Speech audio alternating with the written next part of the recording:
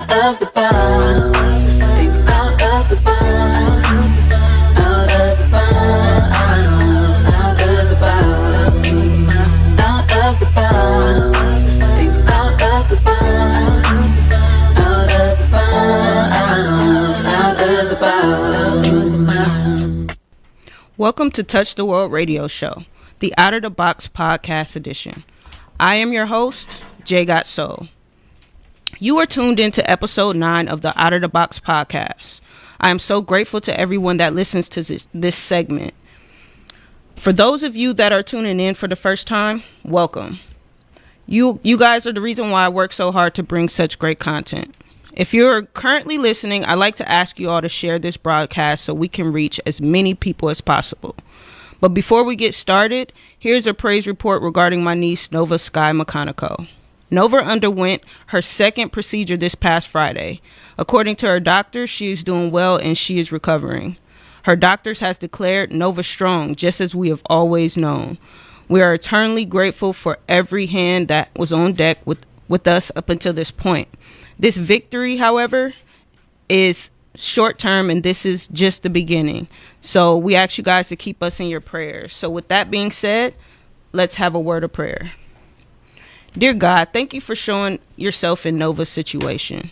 You know every one of our battles. We ask that you show yourself in each individual listening here tonight.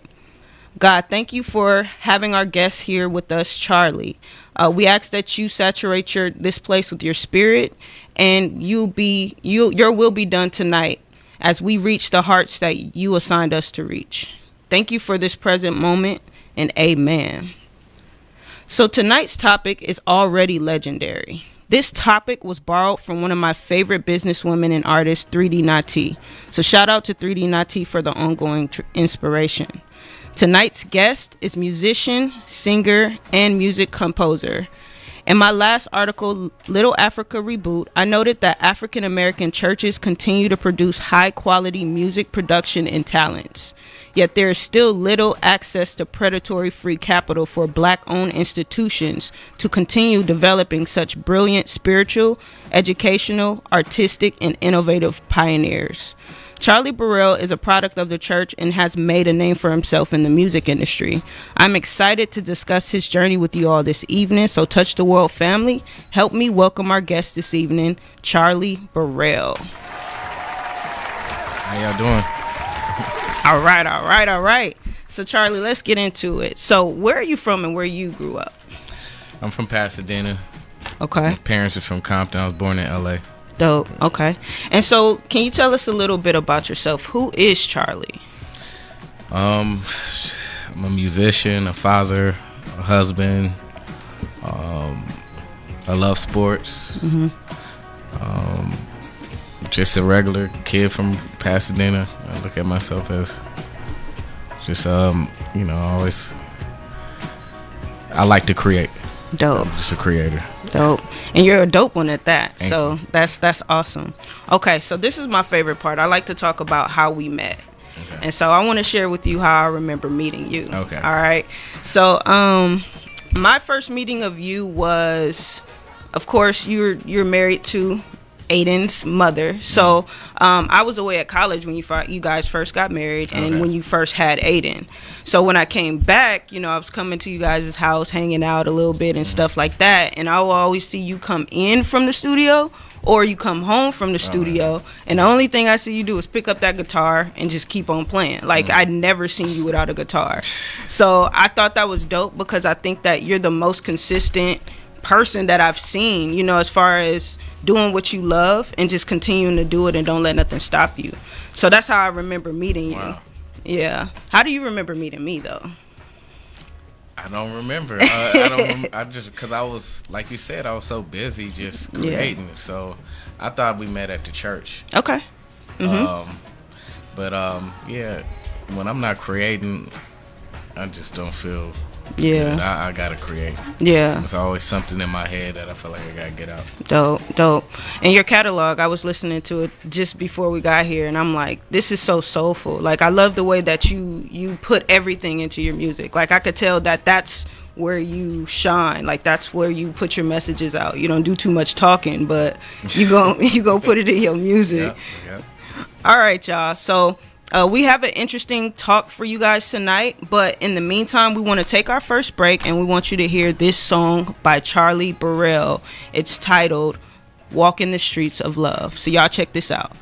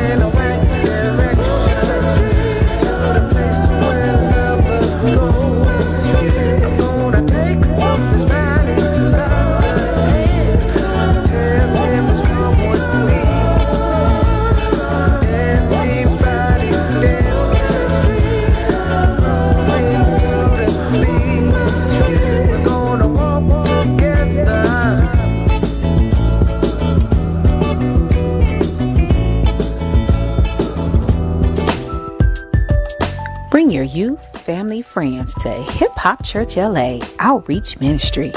We have services on the third Sundays during the months of February, April, June, August, October, and December. We have artists who come and minister in rap, crump and praise dance, singers, and spoken word. Gigi Sweet is our DJ who keeps the praise party rocking. Service begin at 5 p.m. For more information, you can go to hiphopchurchla.org, call us at 323-557-3803, or email info@hiphopchurchla.org. You can follow us on Facebook, Instagram, and Twitter. And always remember, don't get it twisted. God has always existed.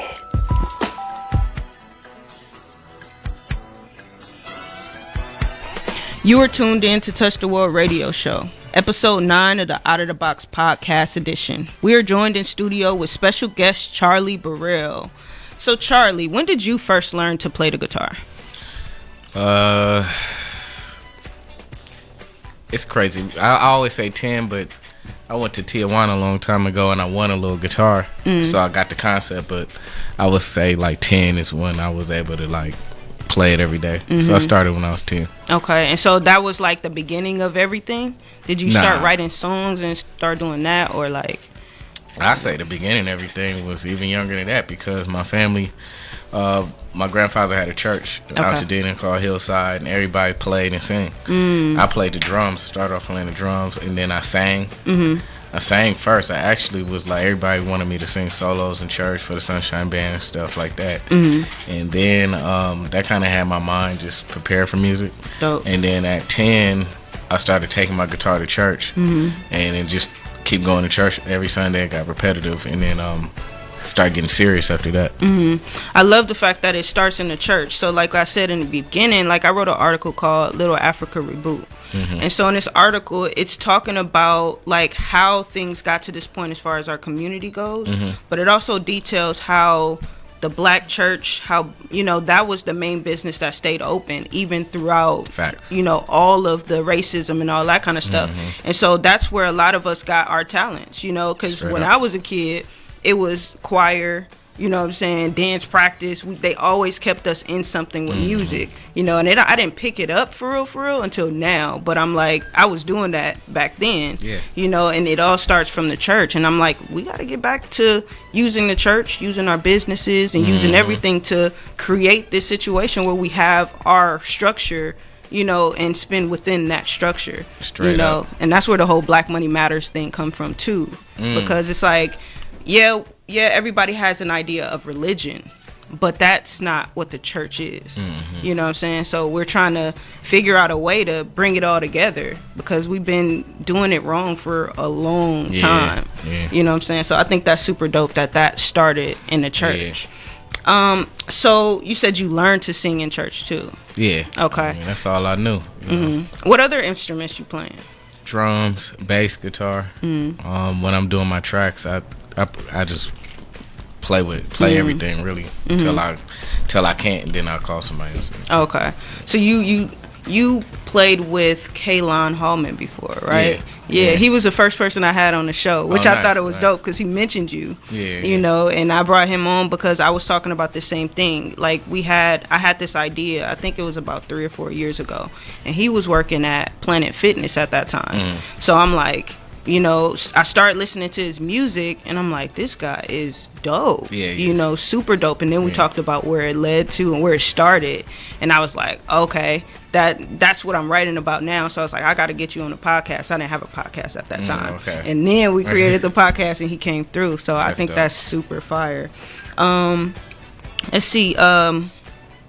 Who have you worked with so far? A lot of different people. I'm gonna just start from the beginning. Okay. And I probably leave out some people, but the first like major artist I worked with was Donnie McClurkin. I was 13. Then when I graduated high school, I went straight to work with Aaliyah. Then I met Timbaland, worked with Timbaland, Missy Elliott. Then at the same time as Aaliyah, I worked with Warren Campbell, which let me work with Mary Mary, all in that same year. And then I went to New York, worked with Bad Boy, Puffy, Faith Evans, and that whole Bad Boy camp. I was in the studio, worked with Busta Rhymes, Jamie Foxx, Maya, Deborah Cox, and then Rick Ross, Kanye West, did Stevie Wonder, American Idol stuff. It's so many different people because of television. Anybody who flew to LA, our band played for them on television. So I was either playing guitar for them or producing. So I was able to work with basically everybody who was in the music industry at some point, whether it's writing or playing the guitar. Okay. And when did you start producing? Around 16, my brother, he went to college, and when he was in college, his roommate got a record deal, and he left him with just a ton of like records, like in gear and samplers. He had a MPC 62 and all this stuff. And then he came back home. He was like, "If you want to make some money, you can't be a musician, you got to write songs. So he taught me how to produce, and that's when I started writing music at 16. When my brother was a production company called CKB. Then we started a management company called Hit Club Entertainment. Dope. Okay, so let's talk about the song that we just listened to, "Walk the Streets of Love." Where did that come from? Where's the inspiration from that? I just had a baby, and I was at home with the baby during COVID. She watched a lot of Sesame Street and different little Baby Einstein and stuff like that. And I don't know, the music, the vibes is just all like the vibes were like happy vibes and loving and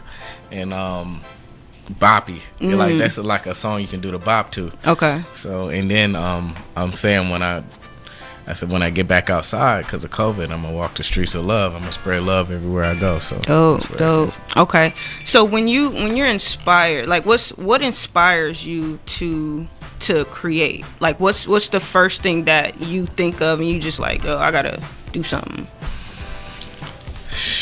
I'm just always in creative mode, like anything. Like I just always I want to get in the studio like right now. Yeah. Just work. I just want to that's where I live. It's just in the studio. Like I think I can score everything. Like That's everything dope. is like if I'm walking, it's a song. If I'm going home, I got to hear a song. And if I can't hear a song, I want to create a song. And as soon as I hear a song, like I really, really like get creative. Like when I get home now, when I leave, I'll probably put on some Curtis Mayfield or something like that, and then that may make me want to go in the studio. So.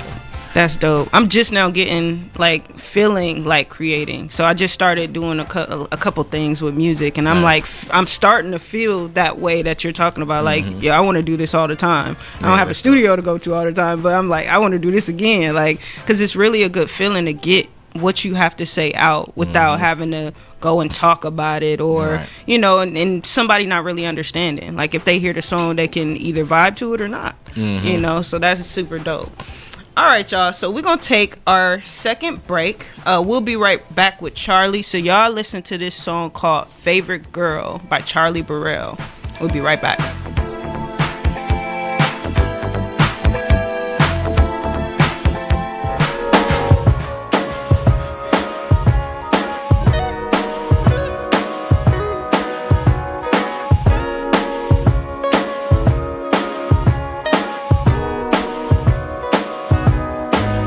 You're my favorite girl, you're the one I want. You're a special kind, there's no other one can compare to you.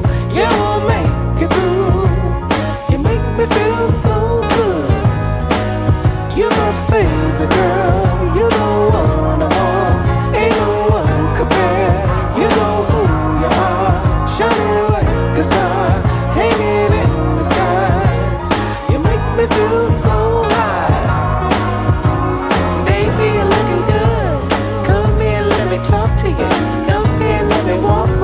let me do the bop with you.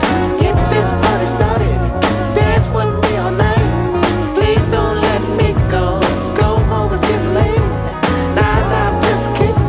Imagine I had a vision. Picture us having chillin', run around in the old village. La la. Why don't you bop with me? You're my favorite girl. You're the one I want. You're a special guy. There's no other one can compare to you. Yeah, we'll make it through. You make me feel so good. You're my favorite girl. You're the one I want. Ain't no one compare. You know who you are, shining like a star, hanging in the sky. You make me feel so high. What's up, baby girl? Been there. Let me holla at you. Been watching you all night. Don't be shy. Come on and dance with me. You know how to do the bop? Let's get lost in the night, tapping into another height. Ain't worried about nothing, but the vibes hitting for something. Keep it simple, keep it plain. I am not trying to run game. Be real is my last name. Baby girl, I'm not playing. La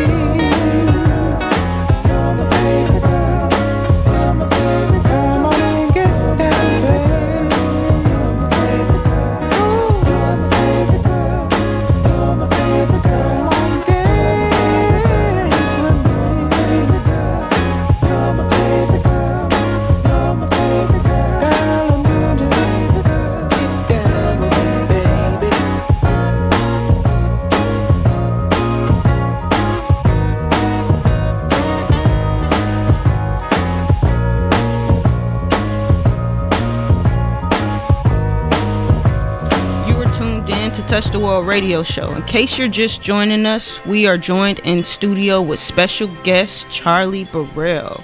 All right, you guys, so let's switch gears. So, Charlie, how did you learn how to compose music? Well, like I said, my brother, starting off with my brother, Kenny Burrell. And then I got the chance to work with Warren Campbell, which is a great composer, and then with Timbaland. And that's kind of where like I got my basic training from. Okay. Then all type of people after that, just meeting and watching. Okay, can you give me like an understanding of what's the process like for composing music? Like, what's your process like? Well, I like to start off. I mean, it's just it's different. Like, it depends what the project is. Like right now I'm locked in just composing my own music. So, okay. Like I see everything. Like I see. Like I wish I had like a great studio because I would do a lot more. So like I dissect like the oldies. I dissect music like so. I first of all, a song starts with an intro, a verse, or sometimes it can start with a hook. So I learned a certain way. So after the structure, and then and then you have a vamp. You have a bridge.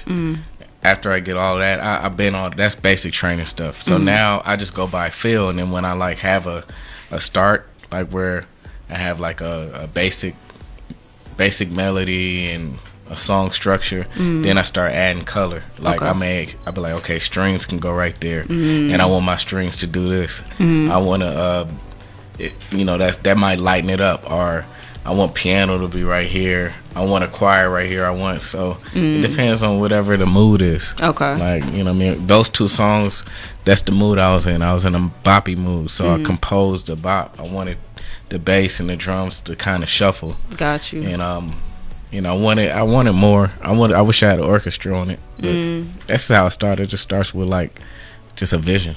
Okay. I can see everything. Okay. And so, like, what kind of music is your favorite to work on? Like, what's your favorite vibe to work on? Soul music. So, okay. Yeah. Okay. Gospel, soul. Okay. And so, like, when you're composing music, what's your main mission behind your music? Like, what do you want the audience to grab from your music? I want them to feel good. Like, if it doesn't feel good, because it doesn't have to be everything. It could be less, as long as it feels good. Right. You know what I mean? It's all about the feeling. When somebody hear it, it should make you feel good. Okay. Can you tell the audience where your work can be found? Like, what platforms are you on? I'm on all the platforms. The main ones: Spotify, iTunes, YouTube, Amazon Music. You can my Patreon. I have a Patreon now. If people want to see like more of me. Yeah, I got like a lot of like behind the scenes. I even put out like music that's not out on my Patreon. Dope. What else? What's the SoundCloud? And all the other stuff, Pandora, all that stuff. I'm all on that. Okay, you guys, please support his Patreon account because he's putting out quality material on his Patreon. I see it all the time, and he's showing you his process while he's in the process.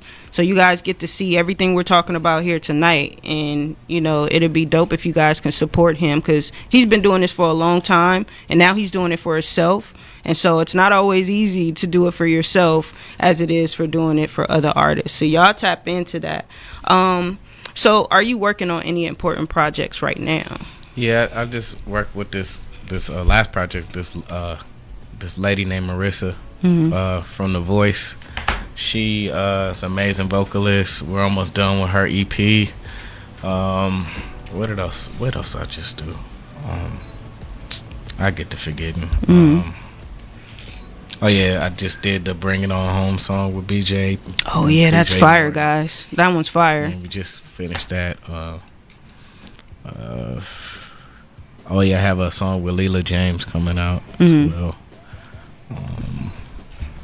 Okay. Can you tell us what's your most memorable studio session? Yeah. So I know there's a lot of sessions. It's a lot. Because it's different ones that's just like, I gotta break them down in categories. like hip hop, R&B, and then Got you. So your favorite, I guess, so we would say soul. What's your favorite soul studio session? Okay. All right. Yeah, this is the easy one. A long time ago, and I played for Raphael Sadiq. He did a live House of Blues album, and we had rehearsals all week. And in that rehearsal, DJ Quick was there, George Clinton was there, D'Angelo was there, all at the same time. All at the same time, and that probably was one of the most remember one. I'm sure vibes was on 100, huh? Yeah, I was sitting there like, wow, like, That's and that fire. happened. It was an all week thing too. Okay, dope. All right, you guys. So we're gonna take our final break. I want you guys to hear this song because we're talking about, you know, how artists, when they're doing their own thing, they don't get really supported as they should. And so this song is called "I Need My Money." I love the message that you got in this song because you talk about I need to buy me a house. Right, you know, the tax man coming. Right, you know what I'm right. saying? So I love this joint. But y'all take a second, listen to this song. Also find out where he is, find out all his platforms, and check out his Patreon account. Support. The point of this whole show is to push our talent and help support us and get us where we want to go. So y'all tap into that and listen to this song. We'll be right back.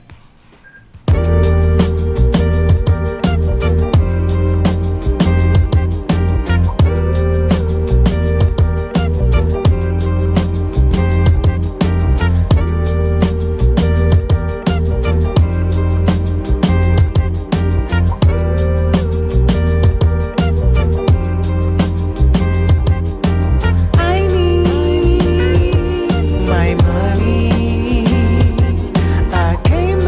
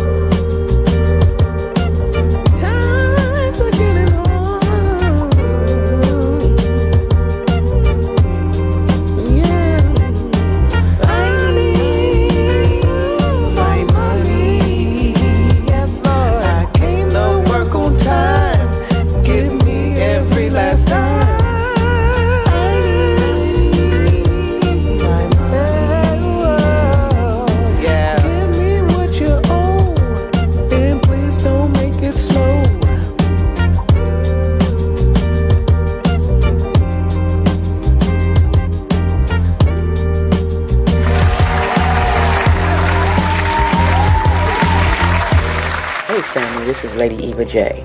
I wanted to take this time to have a serious conversation with you. I have been given a new assignment to touch the world in a different way.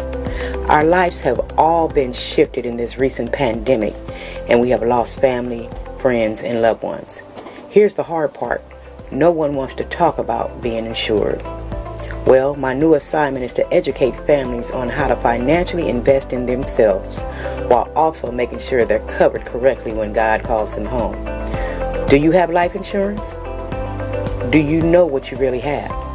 Are you sure you're covered in the correct way?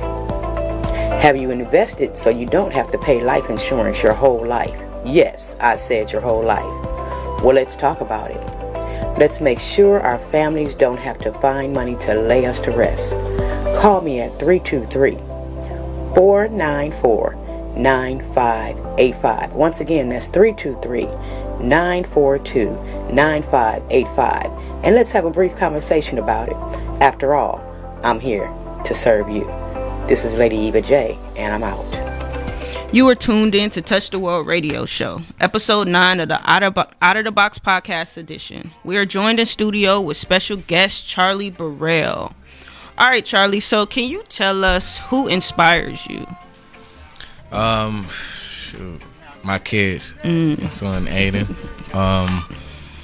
my wife, my mom, my family, awesome. All my family, the whole Burrell family inspires me. I'm gonna start there, and then like Jubu, it's a great guitar player, inspired me. Raphael Sadiq, J-Mo, Corey Henry, Curtis Mayfield, Marvin Gaye. Who else? Man, a ton of people. Stevie Wonder, Bobby Womack, Sly and the Family Stone definitely inspires me. Like a lot of the old 70s music, to me, is the best music. You know what I mean? That's the best music. Spinners. My father was one of the greatest inspirations to me. My brothers, like a lot of people around me, like just, you know, that like when I was younger, my dad tried to get me to listen to Frankie Beverly Mays. They inspired me. Like, so I get inspiration from like a lot of the 70s music. Nice. Yeah. Okay. And so what's the most important lesson you've learned from your career? Saying no. That's big. That's big. How did that play out for you? Like, I mean, as far as before you learned that.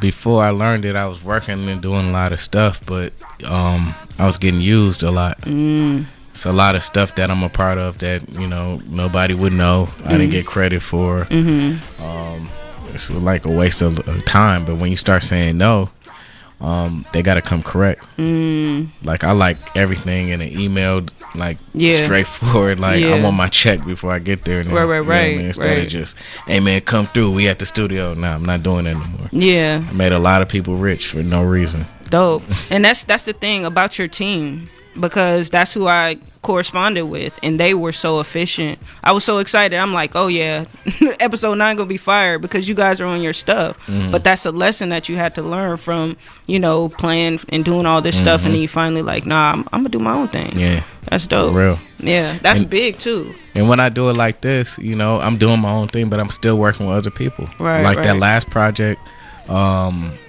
Marissa's project. Shout out to Iris and the Avila Brothers. I got treated like a king because I be saying no. Like, so when they called me, it was just fire. They already knew, like, you know, they like it the same way. Right. You know what I mean? Like, we got fed well. I got to eat Noble. I never ate there. She catered now. Lobster and shrimp for lunch, dinner, everything was just laid out. So if I do leave the house, because that's my worth. Like, I'm tired of like doing stuff and not getting treated like I'm worth. Right. You know, I know my worth now. Sometimes you gotta say no. Yeah, that's important. And, you know, with that being said, like I said, go check out his music and share and also join his Patreon account, because he's given us a lot of good music. Like, I mean, there's things that I know about that a lot of people don't know about. Like, one of my favorite songs is Remedy. Oh, nice. By Tweet. Yeah. You know what I'm saying? And I just hear you playing. I'm like, yo, this is just so fire. You know what I'm saying? So it's like you've done that. And then what? Didn't you produce One Night Stand. That Chris Brown and that Carrie track was Hilson. fire because Yeah. you did the beat behind I it. did everything That except was the super vocals. fire. Yeah. Yeah. So it's like your worth is way much more than people give you credit for, and we like to use people in our community too, and it's like, nah, like pay up. Yeah. Pay up. You know, Yeah. black money matters, so act like it. You know what I'm Exactly. saying? All right. So what was the biggest challenge you faced in music? I mean, I know saying no is probably one. That's a challenge because you got to be like, okay, if I say no, people be like, oh, they're not gonna call me no more. Right. I think the biggest challenge is knowing, like, I mean, you can have friends, but it's like this. If you working at McDonald's, you can't be like, oh man, you ain't my homie. You on Friday. No, Right. like when you doing music or if you working, it's work. Like everybody ain't your friend. Yeah. So that's the challenge I had to learn. It's like, oh man, I don't believe that they would do that, and taking things personal, and just like it's not personal. It's like you gotta get a business lawyer, right. and you gotta come to work. Yeah. Like, and you gotta expect the unexpected because people might get you, and they're not your friends. And it's easy to feel like people are your friends because people love what you do. Yeah. Like people will love you for what you do. Like, oh man, especially I was always the youngest. Man, that's little Charlie. Man, that's my little. This my little nephew. This my little. No, you're not. You're not that. Yeah. Like, They you start just using me. Like, so it's like you know, like if you do have friends in the industry, like, you know, it's cool, but a lot of times, like, you have to really, like, keep your other, you gotta keep one eye on them and one eye on, you know, because you never know. Right. Do you plan on starting like a label or anything like that? Nah, because I think that it's different now. I plan on starting something like that. I want to help others. I want to build a bridge to help others, but I don't want to lock nobody down. Yeah. Like, you know what I mean? It wouldn't be a label, but I do want to create something to funnel people in the right direction. I would say I want to create some type of like website. I don't know what to call it yet, but I'm definitely working on something where I can help others get to where they need to be. Dope. Okay. Do you know of any like up and coming artists that nobody really knows yet that you got on your radar right now? Well, K-Line, if people don't know him, he's super fire. He is. J-Mo, Jairus Mosley, he's an artist that people should check out. Justice, he's another artist. His name is Justice. I know I'm probably missing some people, but it's been hard for me to find up and coming artists. That's why I want to build that, so I Yeah. can find them, so I can help them wherever they are. Right. But those are the people that's around my circle that I love. I love hearing their music. They're super dope. Yeah, and K-Line has some real good quality music. Yeah. Like the quality of music, and for him to do that on his own with his own Right. label is like, yo, we really can do this. You know what I'm saying? And I think that's what inspired me to really continue to do this, because I get a chance to just put his music on the radio, That's tight. you know, and now I get a chance to put your music on the radio, and it's like, they don't just let you put the music on the radio these days. It's like you Nah. got to go through all these weird funnels or whatnot. Yeah. So I think that's super dope. Okay, so what advice would you give to aspiring artists or composers or producers? Discipline. Work hard and be disciplined. A lot of times, young black artists, they just want it now, and they don't work to get it. And they be like, oh man, like, y'all won't give me a chance. It's like, it's probably not that good if you're not working hard at it. So Right. discipline, working hard, ownership, because everything it's like, you could sign up and put your music out. You don't need anybody, especially if it's good. And if it's good, people will come to you. And it takes discipline. Like, so when you get a check, don't go buy some Jordans. Right. Like, put that back into your studio. Buy some quality equipment if you want it to sound good. Like, a lot of people making good music, but if your stuff is on some like rinky dink studio stuff, it's not going to compete. That's one thing that, like, I see a lot of people fail at. Like, I'll be in a meeting and stuff like that, and I have I have an ear to hear like somebody's music. I can tell if it's good or not, whether it's quality or not. But Suits and Ties, they can't. They just want it to sound like the radio. So if you can't make yours sound like that, it doesn't matter how good and creative you are. If your drums are not banging, if your vocals not clear, and that stuff costs money. So you gotta be disciplined to save and get the right stuff and research, because you want your stuff to sound as best as possible. Right. Where'd you learn your discipline from? Because that's not something that people teach you, you know, and a lot of people learn the hard way. Well, it came easy for me because playing music and the guitar and stuff like that was like a little kid playing a toy. Yeah, playing with a toy. Like something I just wanted to do. Like and it got to be something you want to do. Like it's just something I didn't want to do nothing else. Okay. Like I'm to the point like right now I have to stop myself. Like because I will go and go and go, but like I gotta get this right. I gotta get this right. They be like, it's right. It's like right. You're obsessing over it. Yeah, I gotta stop because I love it. I spend my money all on equipment before I anything. So where'd you learn to reinvest in yourself though? Because that's something that like you said, people they get a check, they gonna go buy some Jordans, go buy some jewelry. Now I look good, and so it's like, where'd you learn that? It ain't, I don't know. It's just natural. Yeah, like it's just something that's in me. Like it's almost like when you hooping. Like some people just like that's all they do. Like that's all I do. That's all I want to do. You know what I mean? Like I'm obsessed with getting my stuff to sound dope. It's fun. So pretty much what you're saying is like, it's a matter of equipment. It's not even necessarily a matter of who you working with. If you got the right equipment and if you can put out the best quality work, you can be good. You solid. You can be solid. Okay, I'm definitely taking that. Yeah, it's and one piece of equipment that I always tell people to get a good starter is and they not even paying me to say this, but UAD. Like if you can get like a Apollo. I'm definitely gonna do that because I took my first trip to Guitar Center. I was in awe. Yeah, go save yourself the time and money and get you a Apollo. Okay. Start there because a lot of people get Focusrite and all that stuff, and at the end of the day, you're gonna have to upgrade. Yeah, and then and that Apollo is not even. That's just like easy because you can get outboard gear like for a mic. Like you would need like a preamp, and like most studio sessions when I work with the Top Notch, they have like a Neve 1073 with a tube tech, and those two pieces.